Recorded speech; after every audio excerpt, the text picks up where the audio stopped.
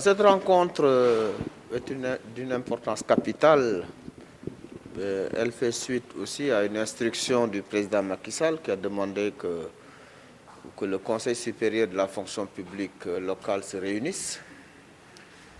Et cela fait suite effectivement à la mise en œuvre de la fonction publique locale. Comme vous le savez, cette fonction publique locale qui date de très très longtemps et a fait l'objet de 23 décrets d'application. Et suite à cela, nous avons tenu 14 comités régionaux de développement à travers les 14 régions pour implémenter la fonction publique locale. Et de cette tournée, il est ressorti la nécessité de revisiter un certain nombre de décrets. C'est ce que nous avons eu à faire aujourd'hui. Et également la mise en place de la structure de gestion de la fonction publique locale. De tout cela, nous avons discuté parce que c'est l'instance qui est habilitée à donner son avis sur ces textes importants.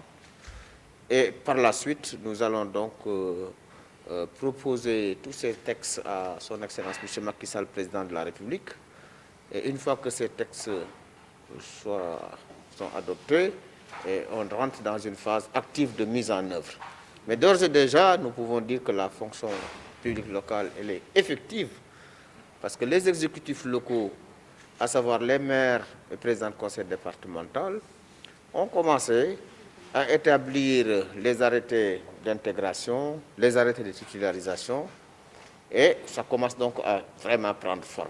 Et c'est le lieu pour moi de remercier tous les acteurs, tous les membres du Conseil supérieur de la fonction publique locale, les autorités administratives qui ont eu aussi à participer de manière active lors de ces tournées, mais également l'intersyndicale des travailleurs des collectivités territoriales, qui est très concerné et qui également joue sa partition, et l'ensemble des élus, c'est-à-dire les maires et présidents de conseil départemental. Ce sera vraiment j'allais presque dire une révolution pour ainsi acter cette fonction publique locale qui était très très attendue au niveau des travailleurs des collectivités territoriales. Parce que ce qu'il faut comprendre, c'est que cette fonction publique locale a ceci de particulier, c'est qu'il y a une parité, c'est-à-dire c'est vraiment l'équivalent de la fonction publique.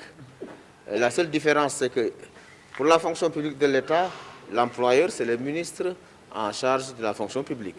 Et ici, l'employeur ou les employeurs, ce sont les maires et présidents de conseil départemental.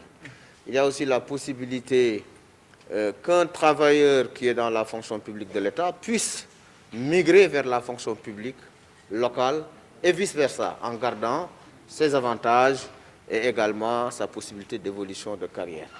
La fonction publique locale aussi permet une possibilité pour les travailleurs d'aller d'une collectivité territoriale vers une autre. Par exemple, quelqu'un qui est, je donne un exemple, dans la ville de Dakar, qui est donc employé ici, peut demander à aller travailler, par exemple, dans une commune qui est la commune de Taïba Niassène. À partir de ce moment, il faut que les conditions suivantes soient réunies.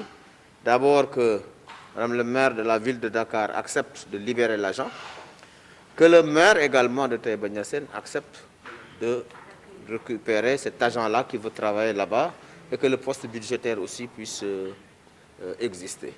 Et également une sécurisation de l'emploi. À l'instar de ce qui se fait dans beaucoup de pays, il faut une structure dédiée pour gérer la fonction publique locale, qui est différente de la fonction publique de l'État. Nous avons parlé des particularités, parce qu'ici, il y a beaucoup d'employeurs. Actuellement, c'est 599 employeurs. C'est-à-dire 557 communes et villes et 42 départements, collectivités territoriales. Donc cette particularité nécessite quand même qu'il y ait une certaine harmonie dans la manière d'aider à cette gestion de la fonction publique locale. Les élus auront besoin de ce centre, les travailleurs également, et également ce centre servira aussi de centre de formation, aussi bien des élus que de tous les acteurs de la décentralisation.